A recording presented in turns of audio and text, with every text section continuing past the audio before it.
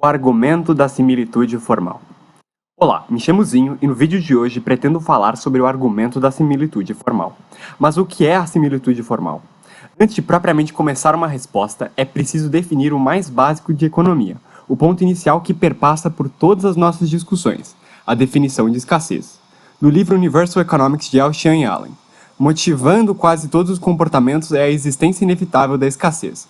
Basta colocar nossos desejos e vontades além do que está disponível para satisfazê-los. Muito do que você gosta é adquirido por esforço, acompanhados de tensão, suor e ansiedade. No entanto, não importa o quão bem-sucedidos sejam seus esforços, você quer ainda mais. Dois demônios aparentes restringem o que você pode ter: a quantidade limitada de bens e serviços disponíveis e o resto de nós que os deseja. É importante entender que a escassez não existe porque a sociedade produz as coisas erradas, em vez das coisas certas. A escassez existe por causa dos nossos desejos ilimitados por bens limitados de todos os tipos e tipos. Então, escassez é diferente do termo shortage. Scarcity é diferente de shortage. Shortage seria algo tipo falta. Por exemplo, no começo da pandemia do Covid, teve um aumento da demanda por álcool gel, e como a oferta não teve um ajuste automático assim no curto prazo, ficou por um tempo faltando álcool gel nas prateleiras.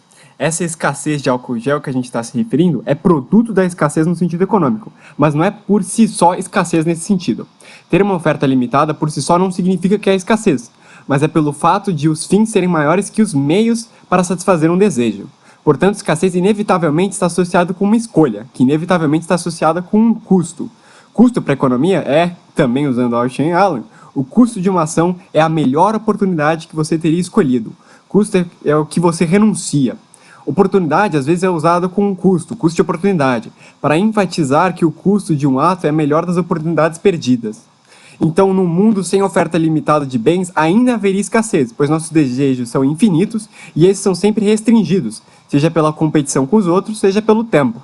Então, definindo os básicos de economia, precisamos entrar em uma nova digressão. Antes de propriamente entrar no nosso argumento, é preciso entender a transformação na economia que aconteceu entre 1871 e 74, que ficou conhecida como a Revolução Marginalista. A economia antes dessa revolução na história do pensamento estava num período que ficou consagrado, graças ao Marx, de período clássico. Eu não vou poder entrar nas minúcias da escola clássica, nem de cada escola de pensamento na economia, mas eu escrevi um texto, na qual vou selecionar uns trechos, que fala justamente sobre todas as escolas do pensamento que persistiram na economia mainstream. Vou linkar na descrição, aí está a foto do site para quem se interessar. Enfim, a economia clássica pode ser entendida como feita de ciclos. O pensamento clássico pode ser formalizado como um sistema linear de reprodução simples, ou seja, um sistema de produção em que os vários setores da economia, dados certos inputs, produzem outputs que serão realizados para alimentar o sistema. O cerne da problemática clássica diz respeito a como se dá a produção e quem fica com o excedente, ou seja, como são distribuídos os rendimentos, tais como renda, lucro e salários. Daí temos essa imagem do conceito de reprodução, o negócio de reprodução simples, e essa imagem é tirada do livro Understanding Marx, Reconstruction and Critique of Capital, do Robert Paul Wolff.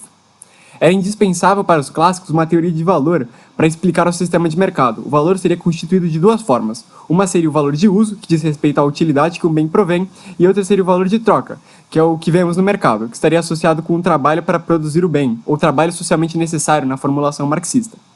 Como diz Barbieri, embora na primeira teoria, a teoria clássica, o sistema de preços oriente no curto prazo a alocação de recursos, no longo prazo os preços gravitavam em torno do custo de produção determinados em essência pela quantidade de trabalho empregado na produção dos bens. Ou seja, o valor trabalho é a ortodoxia para os clássicos, para explicar os preços, enquanto a utilidade do bem era ignorada. Por uma série de motivos que eu não vou adentrar, seria melhor vocês lerem o texto, que eu fiz. Ok, entendidos os clássicos, vamos para os marginalistas. A Revolução Marginalista foi o desenvolvimento independente em 1871 e 1874 do inglês William Stanley Jevons, no livro The Theory of Political Economy, do francês Maurice Perry-Léon Varra, no livro Elements de Économie Politique Pure, e do austríaco Karl Menger, no livro, não vou nem tentar pronunciar. Ela tratou, sobretudo, da teoria da utilidade marginal. Isto é, abandona-se uma teoria de valor baseada nos custos de produção, teoria de valor trabalho, para adotar uma teoria do valor subjetivo, utilizando-se do método marginalista. O método marginalista constitui, nas palavras de Bert Mosselmans, em uma abordagem teórica em economia que resulta do insight de que as decisões econômicas são tipicamente tomadas na margem. O consumidor decide se deve ou não consumir um item adicional de um bem de consumo. O investidor financeiro decide se compra ou não uma ação adicional de uma determinada empresa.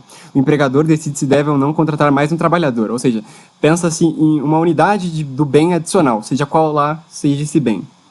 A divergência entre a antiga visão clássica e a nova visão marginalista pode ser melhor exposta nas palavras de John Hicks. É claro que não há dúvida de que a troca é uma característica básica da vida econômica, pelo menos em uma economia livre, ou o que Marx teria chamado de economia capitalista. Nenhum dos economistas clássicos teria sido negado isso. Mas enquanto os clássicos olhavam para o sistema econômico principalmente do ângulo da produção, o catalaxista, o marginalista, olhava principalmente para o lado da troca. Era possível, eles descobriram, construir uma visão da economia a partir da teoria de troca, como os clássicos haviam feito a partir do produto social. Era uma visão bem diferente. Então, os marginalistas mudaram o foco da discussão clássica para tornar a economia não mais um problema de distribuição do excedente, mas um problema locativo. Nas palavras de Lionel Robbins, a economia é a ciência que estuda o comportamento humano, uma relação entre fins e meios escassos, que tem usos alternativos. O foco metodológico se torna agora a análise de mudanças marginais. Enquanto a vertente inglesa usava de gráfico e cálculo, a vertente francesa utilizava de equações simultâneas, modelando a economia como um todo interagindo, e a vertente austríaca usava da prosa, se preocupando com questões de desequilíbrio e da atividade incerta empresarial. Algo notável dessa vertente, já que as demais, pelo próprio aparato matemático, focavam nas condições de equilíbrio do sistema econômico.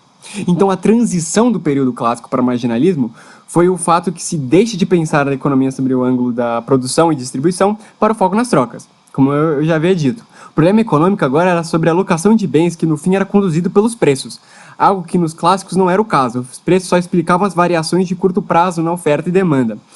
E é justamente o pensamento clássico que vai influenciar os socialistas, algo que é preciso destacar para o argumento da similitude. Antes de adentrar no argumento, é importante também destacar o que foi o método do Streit. Eu acredito que existe um paralelo entre o método do Streit e o argumento da similitude, na medida que ambos combatem formas de historicismo, e o que guia a disputa do método do Streit, é algo que também vai servir de norte para a escola austríaca no argumento da similitude. Vou focar na versão austríaca do argumento por uma questão de poupar tempo. Existiram versões neoclássicas mais formais do argumento, mas eu corro o risco de alienar minha plateia, então eu resolvi não falar dessas versões. Então aqui temos a figura dos dois combatentes.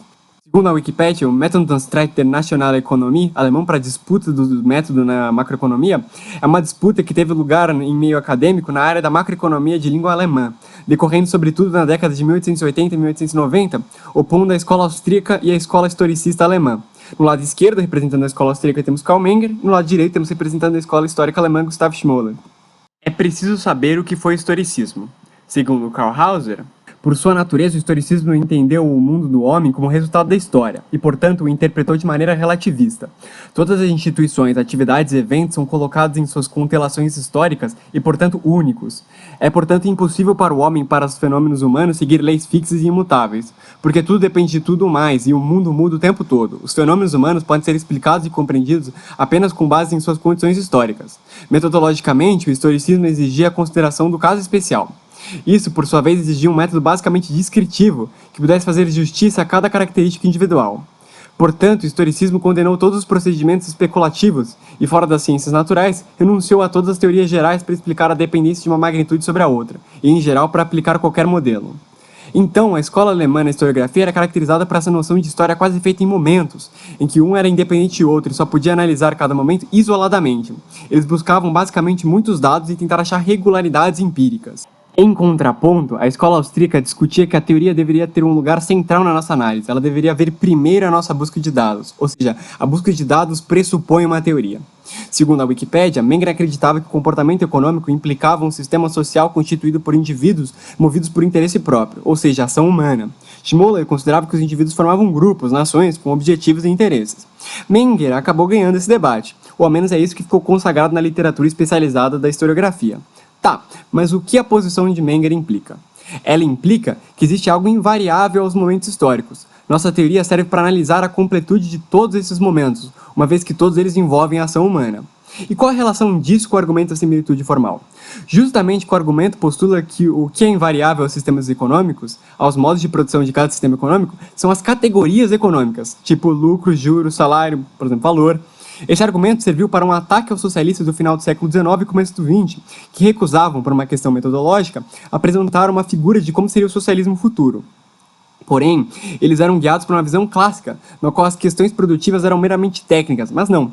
Os marginalistas mostraram que essas decisões alocativas fazem parte do escopo da economia, são guiadas pelo sistema de preços, uma vez que esse sinaliza a escassez relativa dos bens, e a decisão produtiva diz respeito a como melhor usar os bens a fim de satisfazer as necessidades.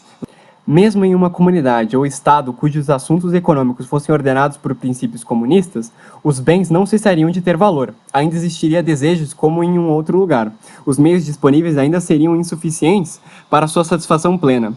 E o coração humano ainda penderia à sua posse. Todos os bens que não fossem livres seriam reconhecidos apenas como úteis, mas também valorizados. Eles seriam ordenados em valor de acordo com a relação pela qual os estoques disponíveis se deparam com a demanda, e tal relação se expressaria pela utilidade marginal. Wieser, 1889, livro 2, capítulo 6.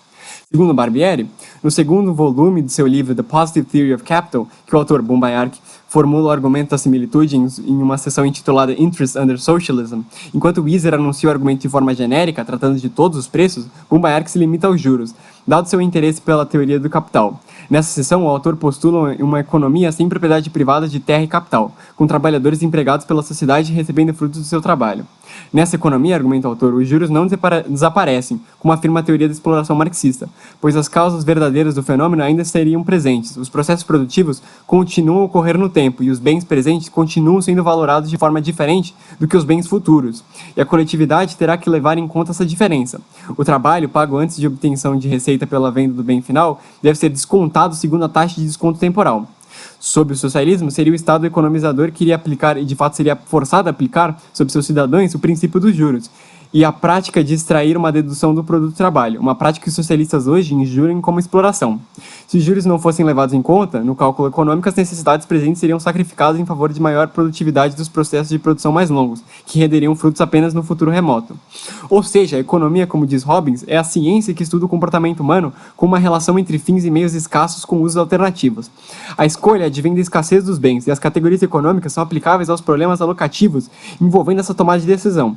Portanto, são invariáveis ao modo de produção, seja ele capitalista, seja ele não capitalista. O problema de alocação de recursos existe em qualquer sociedade, em qualquer tempo, e sobre qualquer meio de produção. Portanto, as categorias econômicas como lucro, juros, renda e salário são invariáveis ao sistema que estamos. E esse é o argumento da similitude formal. Fim. Não se esqueça de curtir, comentar e se inscrever.